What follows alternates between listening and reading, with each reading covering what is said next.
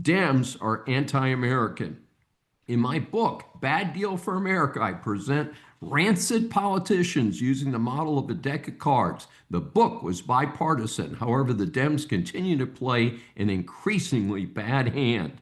Bad card number one is the clown prince of the Dem Party, Gavin No Sense. He's trying to position himself to run for president. A new scandal has landed. Sean Duffy, the Secretary of Transportation, has revoked 17,000 commercial driver's license, CDL, issued to illegals in the state of California alone. One such case has produced a lawsuit where one of those CDL holders caused an accident in Florida where 3 died. Safety should always be number one. This was a direct result of the dangerous policies of the Biden-Harris administration and its flunkies like No Sense.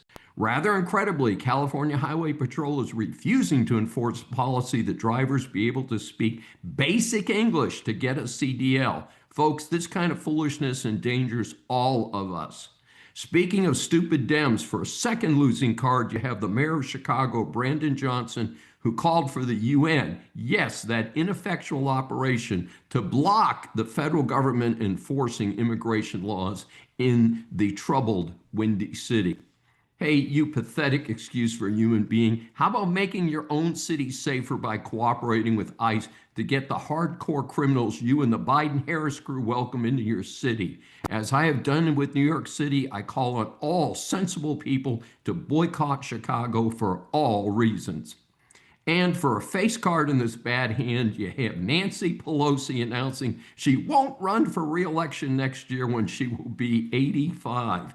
Apparently, Warren Buffett could take some stock trading lessons from her as she's increased her net worth a phenomenal amount since apparently the members of Congress are not covered by insider trading rules. The worst part about this is her district, the San Francisco area, has sunk into a hellhole while she was in office. Further, the Dem most likely to replace her is even worse than she is. For the fourth card in the hand, proving that the Dems are corrupt to the core, they're releasing redacted emails by Epstein mentioning Donald Trump. The Dems are trying to tie him to the Epstein scandal. The problem they have is that the alleged victim came out publicly to state that Trump was not involved as alleged by Epstein in that email. In fact, Trump distanced himself from Epstein prior to Epstein's imprisonment in the early 2000s or 20 years earlier. I believe this is being done when the full Epstein files hit the press. The number and identity of the Dems is going to be front page news. Think about it. Deranged Joe was in the White House for 4 years. The Epstein files were available all that time. Why not release the files then? Obviously, it's because corrupt Dems are going to take a beating when the files are actually released in toto. And to round out that losing hand, you have a woman with a communist platform elected mayor in Seattle. She won by only 2,000 votes over a liberal incumbent. Not as big a deal as New York City, but the same idea.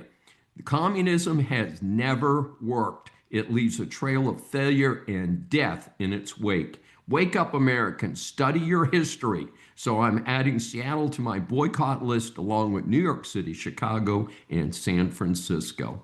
This is Dr. David D. Schein. Thanks for joining me for this special edition of Saving America.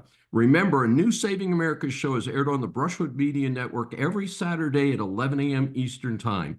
Listen on any of the 16 network stations, Apple or Google mobile app, Apple CarPlay, TuneIn, Smart Speaker, and all smart TVs. Find more information at the brushwoodmedianetwork.com. Please be sure to join us each week. We welcome and love your feedback from our growing audience.